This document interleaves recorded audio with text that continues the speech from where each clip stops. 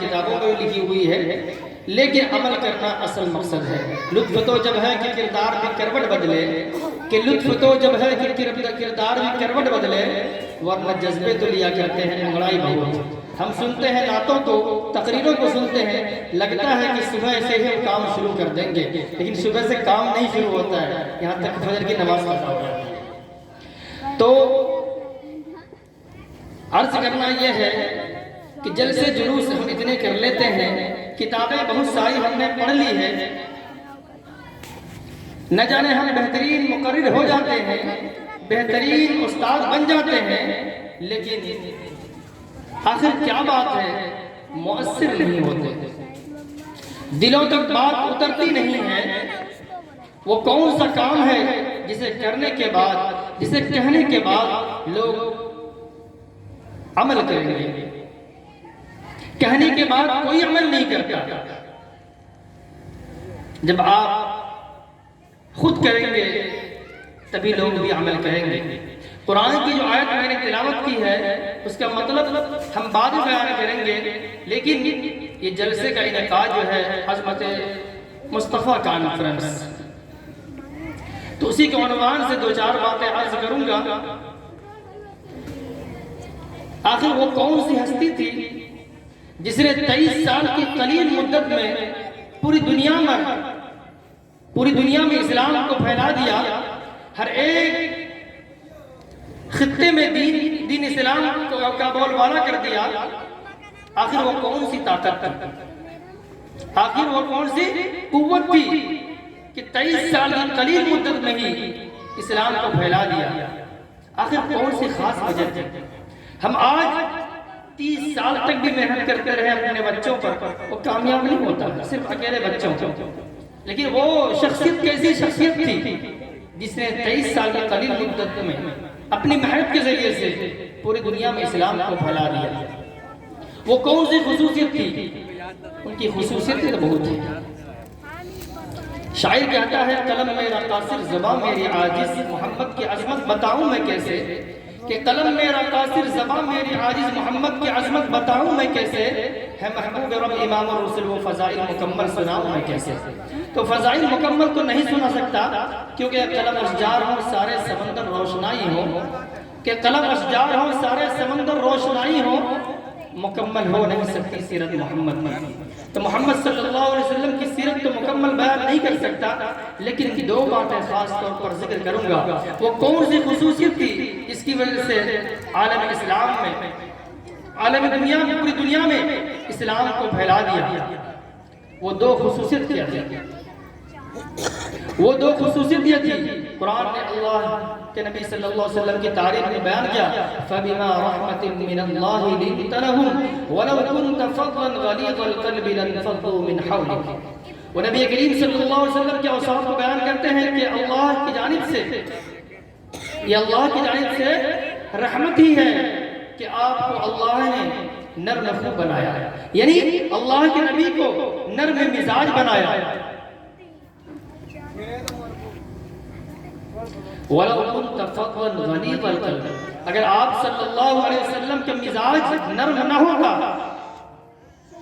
غصے والے ہوتے، سخت دل ہوتے، لَانفَضُّوا مِنْ حَوْلِكَ، آس پاس کے لوگ جتنے بھی تھے سب منتشر ہوتے، چلے جاتے، کوئی نہیں بیٹھتا آپ کے پاس، کوئی آپ صلی اللہ علیہ وسلم کی باتیں نہیں سنتا۔ تو اللہ نے کیا کر دیا تھا؟ نرم دل بنا دیا تھا۔ آج ہمارا دل نرم نہیں ہے، آج ہمارا دل نبی کریم صلی اللہ علیہ وسلم جیسا نرم نہیں ہے۔ اپنے کاموں کے لیے تو نرم ہوتا ہے، دوسرے کے کاموں کے لیے نرم نہیں ہوتا ہے۔ نرم کتنا سا دل تھا اس کا اندازہ لگائیں ایک واقعے سے۔ روایت میں آتا ہے کہ ایک شخص نبی کریم صلی اللہ علیہ وسلم کے پاس آتا ہے اور عرض کرتا ہے، اے اللہ کے نبی، ہمیں زنا کرنے کی اجازت دے دیجیے، ہمیں زنا کرنے کی اجازت دے دیجیے۔ اب سوچئے، دربار رسالت میں آ کر خود نبی کریم صلی اللہ علیہ وسلم سے اجازت طلب کر رہا ہے، وہ نبی جو پوری دنیا میں رحمت بنا کر بھیجا گیا تھا، جو پوری دنیا میں اسلام پھیلانے کے لیے آیا تھا، اور وہ نبی سے درخواست کی جا رہی کہ ہمیں اجازت دے دیجیے اس گناہ کے بارے میں۔ جو گناہ عظیم گناہ ہے زنا. زنا بہت سارے لوگ نہیں سمجھ رہے ہوں گے کہ زنا کون سی چڑیا کا نام ہے. تو زنا سمجھ لیجئے مختصر انداز میں کہ اپنی بیوی کے ذریعے سے خواہش پوری نہ کر کے غیروں کی سے یعنی غیر محرم سے خواہشات کو پوری کرنے کو زنا کہتے ہیں. یہ اس وجہ سے ذکر کر دیا. بہت سارے لوگ پوری رات رامائن سنتے ہیں, معلوم نہیں چلتا سیتا مرضی تھی عورت. اس وجہ سے زنا کو لوگ نہیں جانتے ہیں. تو زنا کہتے ہیں اپنی خواہشات کو اپنی بیوی کے ذریعے سے نہیں بلکہ دوسری عورتوں سے پوری کرنے کو زنا کہتے ہیں. اب اس کی اجازت مانگ رہے ہیں کس سے؟ سرور کونین صلی اللہ علیہ وسلم سے. اگر ہم اور آپ ہوتے نکل جاؤ خبیث کہیں کا, یہ مجلس دربار رسالت ہے تو یہ ہے فلاں ہے ٹھکانہ ہے, یہاں ایسی باتیں کرتے ہو تو نرم مزاج نہیں ہے. ہم نرم مزاج نہیں ہوتے ہیں, اس کی وجہ سے ہماری باتیں جو ہے نا دوسروں تک مؤثر نہیں ہوتی ہیں. دوسروں تک ہماری باتیں جو پہنچتی ہیں وہ اثر نہیں کرتی ہے. تو آپ صلی اللہ علیہ وسلم نے کیا کیا؟ بولا بیٹے قریب آ جاؤ. اسے قریب بلایا. قریب بلانے کے بعد کہا جس گناہ کی اجازت لے رہے ہو تم, اچھا یہ بتاؤ جس سے تم یہ گناہ کرو گے یعنی زنا کرو گے وہ کسی کی ماں ہوگی. اگر کوئی شخص تمہاری ماں کے ساتھ یہی گھناؤنی حرکت کرے کیا تمہارا دل گوارا کرے گا؟ اب بتائیے. کوئی شخص کہے گا نہیں, بالکل نہیں. تو اس شخص نے بھی یہی جواب دیا کہ اللہ کے نبی نہیں, بالکل میں گوارا نہیں کرتا. اب اس کے جو ہے دل کے دریچے جو ہے کھڑکی جو ہے آہستہ آہستہ کھلنے شروع ہو گئے. پھر نبی کریم صلی اللہ علیہ وسلم نے نصیحت کے انداز میں فرمایا اچھا چلو تم اپنی ماں کے ساتھ اس طریقے کی حرکت کرنا دوسروں کے ذریعے سے گوارا نہیں کرتے. اچھا تم یہ بتاؤ کسی کی بہن کے ساتھ تم یہ کام کرنا گوارا کرو گے؟ اگر تمہاری بہن کے ساتھ کوئی شخص یہ گھناؤنی حرکت کرے کیا تم گوارا کرو گے اس کو؟ کیا بالکل نہیں, بالکل نہیں. اس طریقے سے نبی کریم صلی اللہ علیہ وسلم نے ایک ایک کر کے مثالیں دی.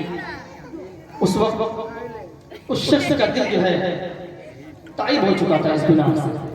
اگر ہم اور آپ ہوتے بدزن ہو جاتے معاشرے میں نہ جانے سر مونڈ کر چنا پھوڑ دیتے اس کے اوپر اور کیا کہتے ہیں چپل جوتے کا ہار بنا دیتے کہ اس شخصیت کو یعنی کہ مثال کے طور پر اگر آپ کسی بڑی شخصیت کے سامنے یہ بات کہہ دیں تو ان کے انتقام لینے سے پہلے ان کے جو آس پاس رہتے ہیں وہی انتقام لے لیں گے.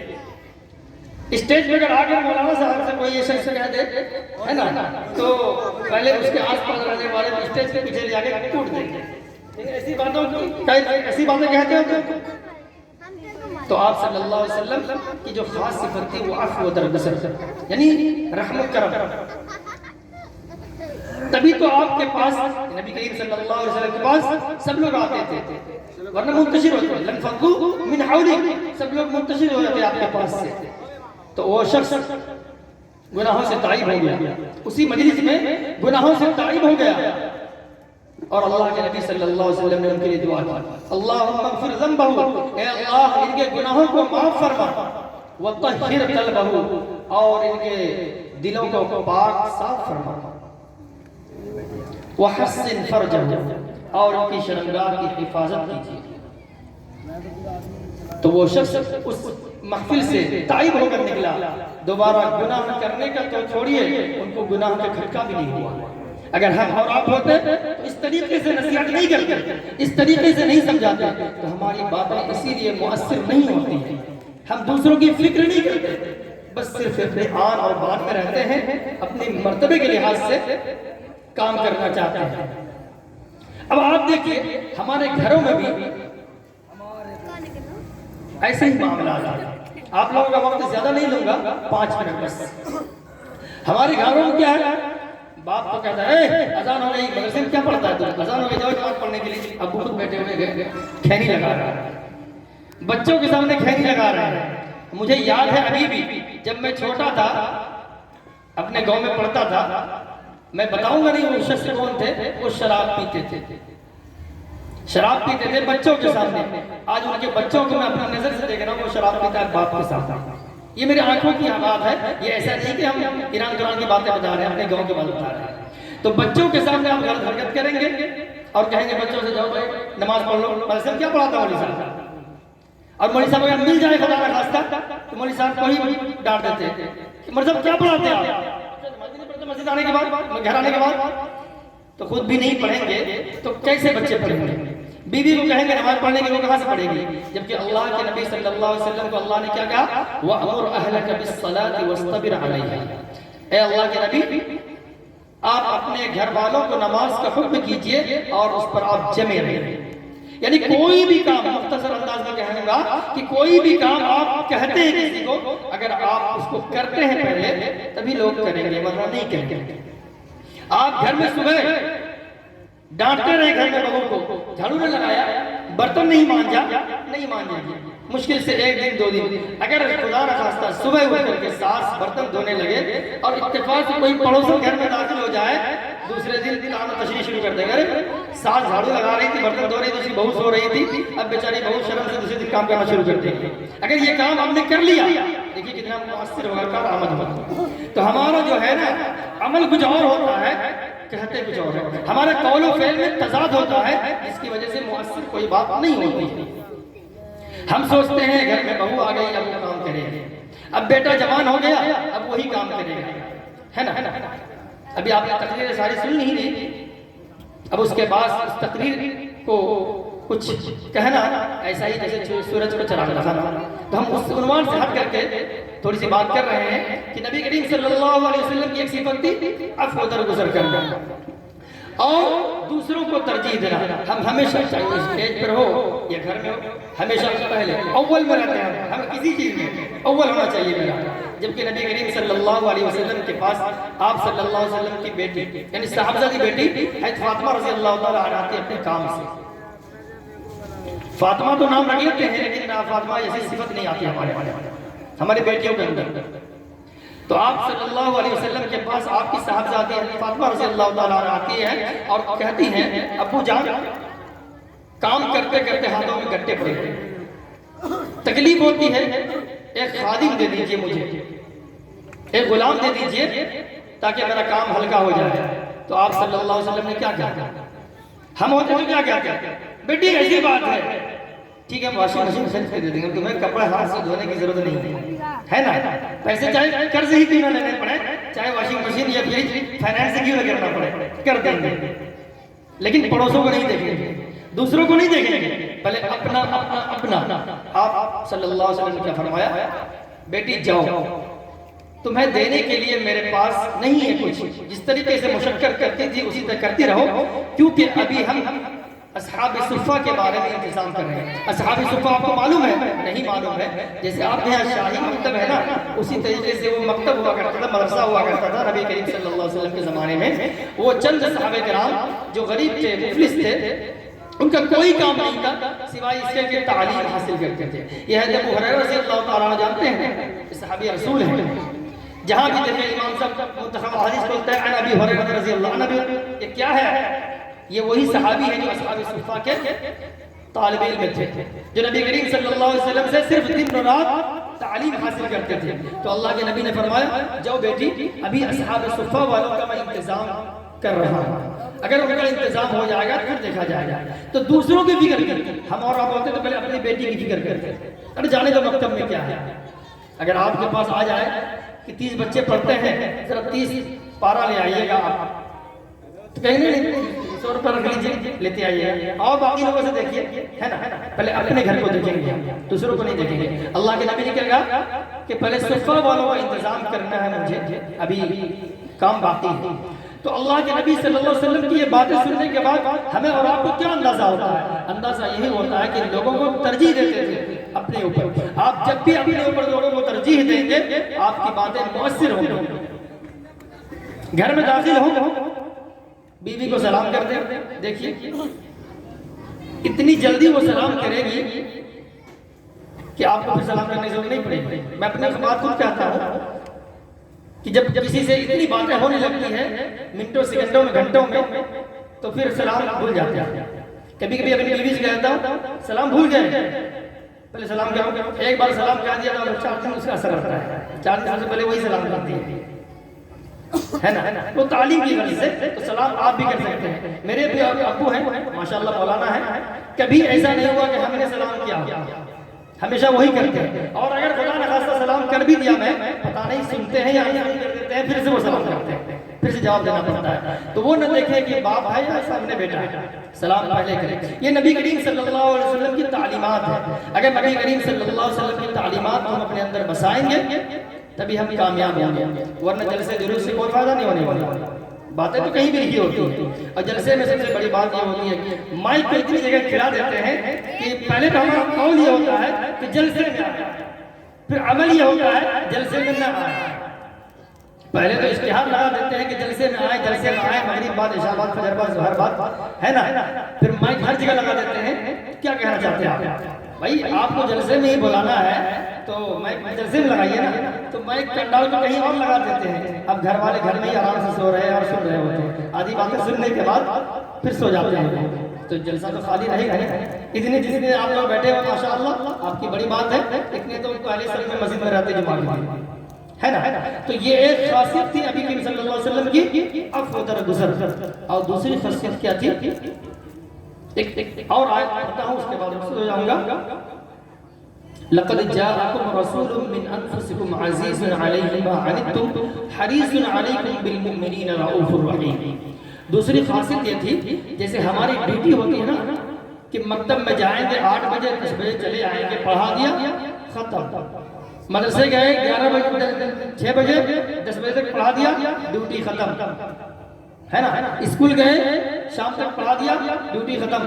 اب تم چڈی بنیان میں گھومو یہ بغیر ٹوپی کو گھومو، کوئی فرق نہیں پڑتا مولانا صاحب. اب تم گھر چلے گئے کچھ بھی کرو. نبی کریم صلی اللہ علیہ وسلم کی صفت نہیں تھی.